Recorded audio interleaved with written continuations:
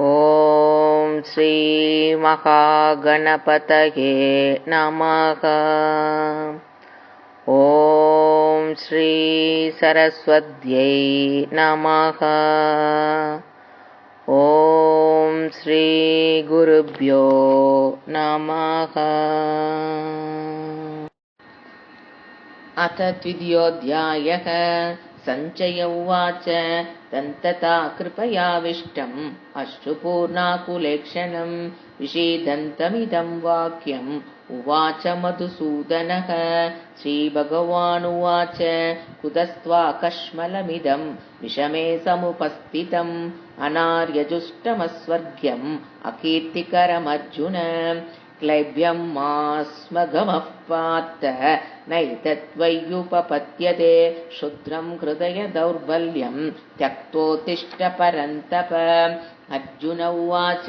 कथं भीष्ममहं सङ्ख्ये द्रोणं च मधुसूदन इषुभिः प्रतियोत्स्यामि भूचार्कावरिसूदन। गुरुन् हत्वा हि महानुभावान् श्रेयो भोक्तुं भक्षमपीह लोके हत्वार्थकामांस्तु गुरुनिहैव भुञ्जीय भोगान् रुधिरप्रदिग्धान् न चैतद्विद्मः कतरन्नो गरीयः यत्त्वा जयेम यदि वा नो जयेयुः यानेव हत्वा न जिजीविषामः तेव स्थिताः प्रमुखे धार्तराष्ट्राः कार्पण्यदोषो महदस्वभावः पृच्छामि त्वां धर्मसम्मूढचेताः यच्छ्रेयस्यानिश्चितं ब्रूहि तन्मे शिष्यस्तेकं साधि मां त्वां प्रपन्नम् न हि प्रपश्यामि ममापनुत्यात् यच्चोगमुच्चोषणमिन्द्रियाणाम् अवाप्य भूमा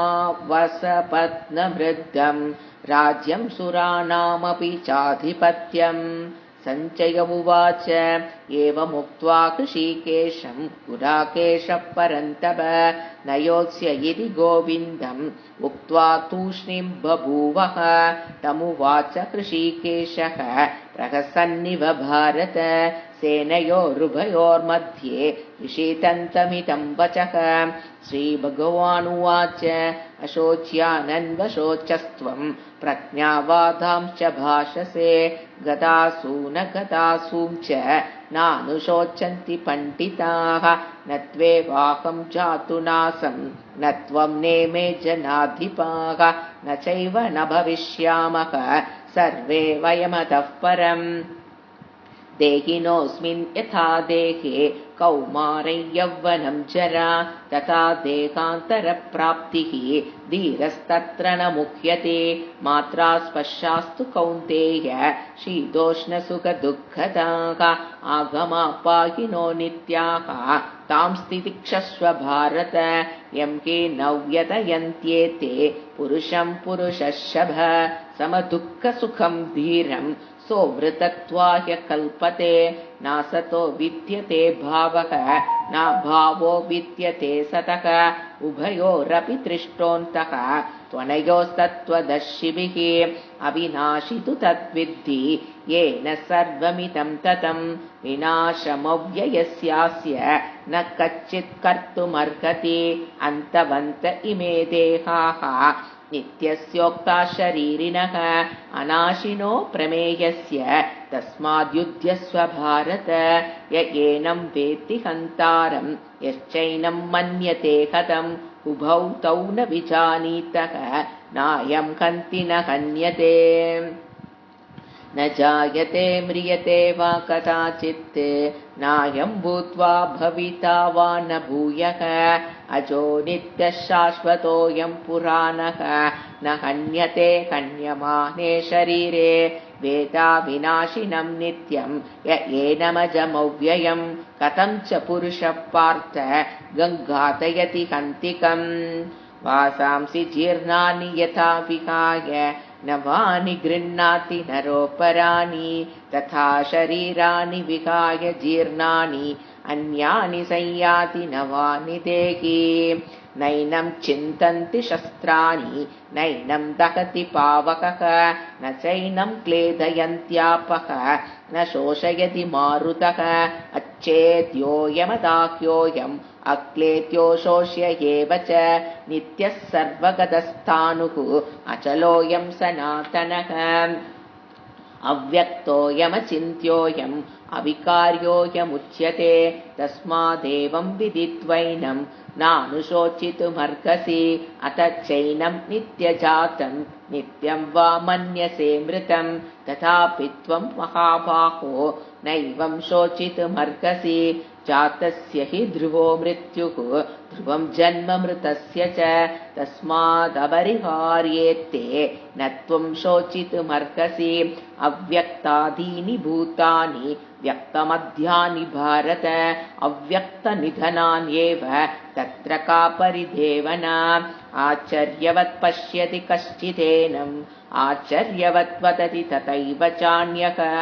आचर्यवच्चैनमन्यः शृणोति श्रुत्वाप्येनं वेद न चैव कश्चित् देहे नित्यमवत्योऽयं देहे सर्वस्य भारत तस्मात् सर्वाणि भूतानि न त्वं शोचितुमर्हसि स्वधर्ममपि चावेक्ष्य न विकम्पितुमर्हसि धर्म्यात् युद्धात् श्रेयोऽन्यत् क्षत्रियस्य न विद्यते यदृच्छया चोपपन्नं स्वर्गद्वारमपावृतं सुखिनः क्षत्रियाः पार्थ लभन्ते युद्धमीदृशम् अथ चेत्त्वमिमं धर्म्यं सङ्ग्रामं न करिष्यसि ततः स्वधर्मं कीर्तिं च हित्वा पापमवाप्स्यसि अकीर्तिं चापि भूतानि कथयिष्यन्ति देव्यया सम्भावितस्य चाकीर्तिः मरणादतिरिच्यते भयाद्रणादु भरतं मंस्यन्ते त्वां महारथाः येषां च त्वं बहुमतः भूत्वा यास्यसि लाघवम् अवाच्यवादां च बहून् वदिष्यन्ति तवाहिताः निन्दन्तस्तव सामर्थ्यं ततो दुःखनरं तु किम् अतो वा प्राप्स्यसि स्वर्गं जित्वा वा मोक्ष्यसे मह्यं तस्मात् कौन्तेय युद्धाय कृतनिश्चयः सुखदुःखे समे कृत्वा लाभालाभौ जयाजयौ ततो युद्धाय युज्यस्व नैवं पापमवाप्स्यसि एषा ते विहिता सांख्ये बुद्धिर्योगे त्विमां शृणु बुद्ध्या युक्तो यया पार्थ कर्मबन्धं प्रकास्यसि नेहाभिक्रमनाशोऽस्ति प्रत्यवायो न विद्यते स्वल्पमप्यस्य धर्मस्य त्रायते महतो भयात् व्यवसायात्मिका बुद्धिः एकेह कुरुनन्तन बहुशाखा ह्यनन्ता च बुद्धयो व्यवसायिनां यामिमां पुष्पितां वाचं प्रवदन्त्यविपश्चितः वेदवादरताः पार्थ नान्यतस्तीति वादिनः कामात्मानस्वर्गपराः जन्मकर्मफलप्रदां क्रियाविशेषबहुलां भोगैश्वर्यगतिं प्रति भोगैश्वर्यप्रसक्तानां तयापकृतचेतसां व्यवसायात्मिका बुद्धिः समाधौ न विधीयते त्रैकुण्यविषया वेदाः निस्त्रैकुण्यो भवार्जुन निर्द्वन्द्वो नित्यसत्त्वस्थः निर्योगक्षेम आत्मवान् यावानर्थ उदपाने सर्वतः सम्प्लुतोदके तावान् सर्वेषु वेदेषु ब्राह्मणस्य विजानतः कर्मण्येवाधिकारस्ते मा फलेषु कदाचन मा कर्मफलहेतुर्भूः मा ते सङ्कोस्वकर्मणि योगस्थः कुरु कर्माणि सङ्गं त्यक्त्वा धनञ्जय सिद्ध्यसिद्ध्यो समो भूत्वा समत्वं योग उच्यते दूरेण ह्यवरं कर्म बुद्धियोगात् धनञ्जय बुद्धौ शरणमन्विच्य कृपणाः फलहेतवः बुद्धियुक्तो जहातीक उभे सुकृत दुष्कृते तस्मात् योगाय युज्यस्व योगः कर्मसु कौशलं कर्मजं बुद्धियुक्ता हि फलं त्यक्त्वा मनीषिणः जन्मबन्धविनिर्मुक्ताः पदं गच्छन्त्यनामयम् यदा ते मोहकलिलं बुद्धिर्व्यतितरिष्यति तदा गन्तासि निर्वेदं श्रोत्रव्यस्य श्रुतस्य च श्रुतिविप्रतिपन्ना ते यदा स्यास्यति निश्चला समाधावचला बुद्धिः तदा योगमवाप्स्यसि। अर्जुन उवाच स्थितप्रज्ञस्य का भाषा समाधिस्तस्य केशव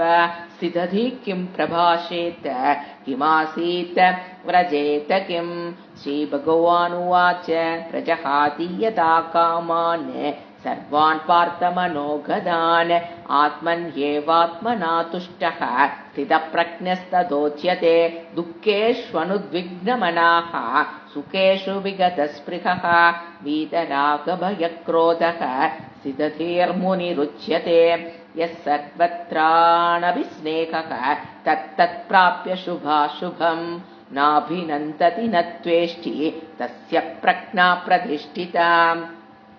यदा संहरते चायं कूर्मोऽङ्गानीव सर्वशः इन्द्रियाणीन्द्रियार्थेभ्यः तस्य प्रज्ञा प्रतिष्ठिता। विषया विनिवर्तन्ते निराहारस्य देहिनः रसवर्जं रसोऽप्यस्य परं दृष्ट्वा निवर्तते यततो ह्यपि कौन्तेय पुरुषस्य विपश्चितः इन्द्रियाणि प्रमादीनि हरन्ति प्रसभं मनः तानि सर्वाणि संयम्य युक्त आसीद मत्परः वशे हि यस्येन्द्रियाणि तस्य प्रज्ञा प्रतिष्ठिता। ध्यायतो विषयान् पुंसः सङ्गस्तेषुपजायते सङ्गात् सञ्जायते कामः कामात् क्रोधोऽभिजायते क्रोधात् भवति सम्मोहः सम्मोहात् स्मृतिविभ्रमः स्मृतिभ्रंशात् बुद्धिनाशः बुद्धिनाशात् प्रणश्यति रागद्वेषवियुक्तैस्तु विषयानिन्द्रियैश्चरन् आत्मवश्यैर्विधेयात्मा प्रसादमधिगच्छति प्रसादे सर्वदुःखानां हानिरस्योपजायते प्रसन्नचेतसो ह्याशु बुद्धिः पर्यवतिष्ठते नास्ति बुद्धिरयुक्तस्य न चायुक्तस्य भावना न चाभावयदशान्तिः अशान्तस्य कुतः सुखम् इन्द्रियाणां हि चरतां यन्मनोनुविधीयते तदस्य हरति प्रज्ञां वायुर्नावमिवाम्बसि तस्मात् यस्य महाबाहो निगृहीतानि सर्वशः इन्द्रियाणीन्द्रियार्थेभ्यः तस्य प्रज्ञा प्रतिष्ठिता। या निशा सर्वभूतानां तस्यां जागृति संयमी यस्यां जागृति भूतानि सा निशा पश्यतो मुनेः आपूर्यमाणमचलप्रदिष्टं समुद्रमामः प्रविशन्ति यत्त्वत्